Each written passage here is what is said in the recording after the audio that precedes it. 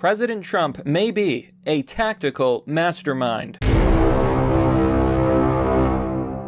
I spent the entire night researching this issue. Why did Trump sign the $2.3 trillion relief and spending bill that he said was atrocious? I think I have the answer, folks. And Trump may have just done political judo on the Democrats, on Congress, and on the establishment. Yes, my friends, I think we're seeing a little bit of 4D chess. Hello, everyone. This is Mr. Obvious, and today on the internet, we're going to talk about President Donald Trump and his latest move. Now, many people are asking, on both sides actually, the Democrats, the Republicans.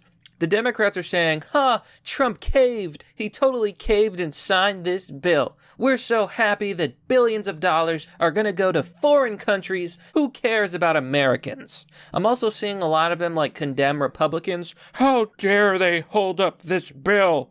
Clutching their pearls. And wow, there's a lot to break down here. First of all, it isn't Republicans' fault that Americans are broke. It is Democrats' fault that Americans are broke. Democrats in Democrat-run cities, Democrat-run states, locked down the economy, would not let businesses open, shut down restaurants. So people lost their jobs.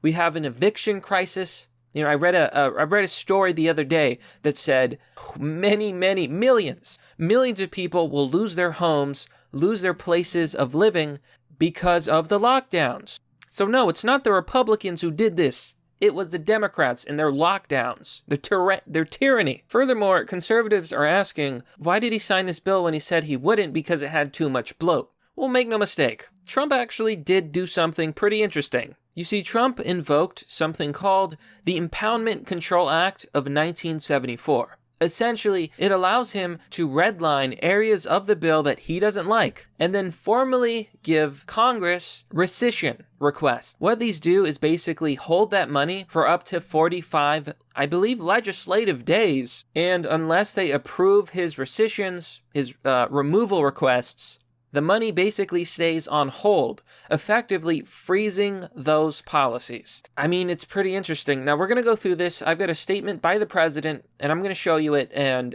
it'll explain more about what's going on. But before we continue, please remember to like this video, comment down below, and subscribe. Hit that bell button for notifications for more content. And now a quick word from our sponsor. Introducing a brand new Minecraft mod pack and map. Vex here, and so is my newest map, Super Hostile Delania. It's taken over a year of development, and today, public release. This map is a CTM where you are the victory monument, and getting wool leads to your character leveling up and becoming more powerful. The map is the entire continent of Delania, and within it you'll find 16 mega dungeons, 25 smaller dungeons, huge cities, bustling towns, remote villages, secrets, and beautiful terrain.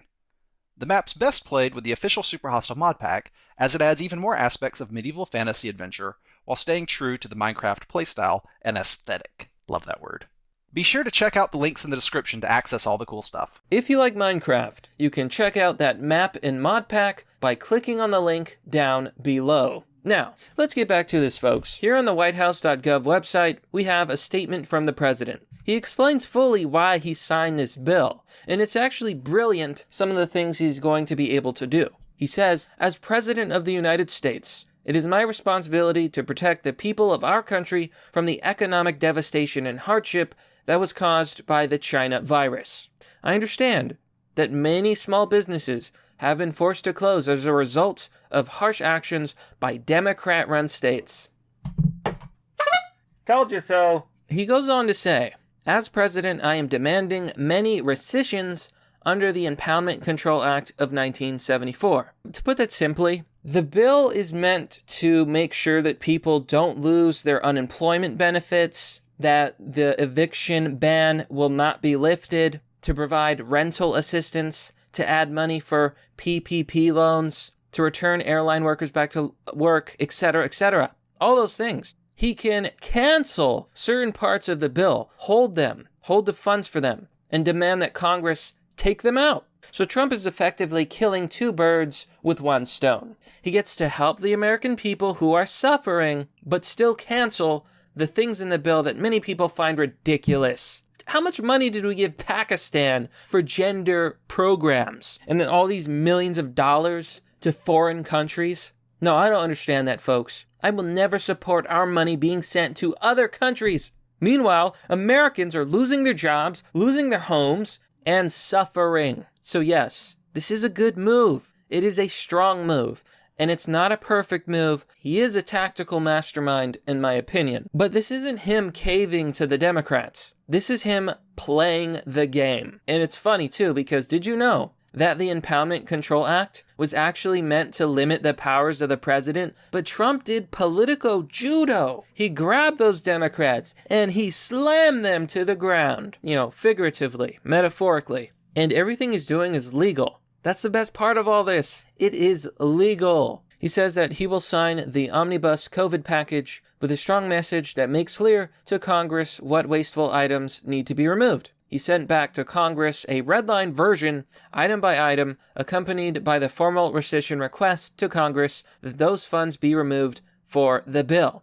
He says, I am signing this bill to restore unemployment, stop evictions, etc. On Monday, the House will vote to increase payments. And he says the House and Senate have agreed to investigate voter fraud and increase checks for American citizens to $2,000 and look at repealing Section 230. Now, if we go to Fox News, they have a very, I don't know how to put this, cucked take on this story. They say President Trump signs COVID relief bill, government funding bill. The president has also sent a redline version of the bill to Congress. Here it quotes like some Democrats who basically say they plan to say no, which isn't surprising. You know, the Democrats are always going to say no. Another reason he may have done this is simply to put the ball back in Congress's court. A lot of the things in this bill are not popular with the American people. A lot of people don't want their money to be going to foreign countries when American families and people are suffering. That money belongs to the American people, and they're just giving away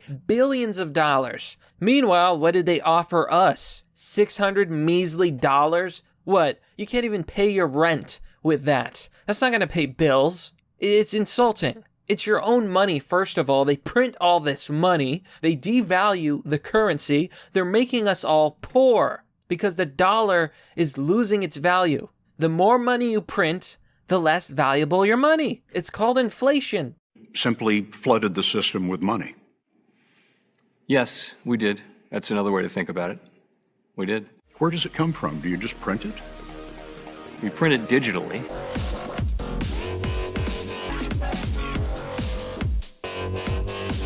Now, I'm going to go over to budget.house.gov, and it talks about the ICA. They go on to say, the ACI lays out procedures that the president must follow to reduce, delay, or eliminate funding in an account. The act divides impoundments into two categories, rescissions and deferrals. Put simply, if the president wants to spend less money than Congress provided for a particular purpose, he or she, did they just assume Zer's gender? This is an outrage. Must first secure a law providing congressional approval to rescind the funding in question. Upon transmission of such a special message, the president may withhold certain funding in the affected accounts for up to 45 legislative session days. Yes. Legislative session days. Yes. Okay. So, to the Democrats who are saying that, well, Trump can just, it's only going to take a month, and then we got all the money. Actually, no. That's not how it works. 45 legislative session days. Yeah. So, that means that it could be held up for a very long time. I mean, hey, even if Democrats go ahead and do what they say they're going to do, reject all of Trump's requests, and simply let everything pass, at least Trump is giving one final gift to the American people. Stopping this wasteful spending for months, for a while. And that's good, because it means less inflation, less of your tax dollars going overseas for ridiculous programs. Some of the most ridiculous stuff was in that bill. Smokey the Bear? Really? There was literally a section in there where Smokey the Bear, and it said that, oh, well, you can now make Smokey the Bear smoke if you want to. I'm not even kidding. It was in the bill. A complete and utter joke. Obviously, Trump is well, he made a good move. And this is going to help people, it will. So if you're concerned about the fact that Trump signed this, don't be. I think he's doing the best he can. But folks, that's merely the obvious. Well, that's all for now, folks. What do you think about this story? Let me know down below in the comment section. As always, if you want to support the work I do, join me on Patreon or Subscribestar. I am funded by viewers like you. If you want to donate, visit my donation page or send me crypto. Links and addresses are down below. Another simple way you can help the channel is to share these videos, share this content. Channels like mine are being suppressed online. Anyhow, thanks for watching. This has been Mr. Obvious, and I'll see you all next time.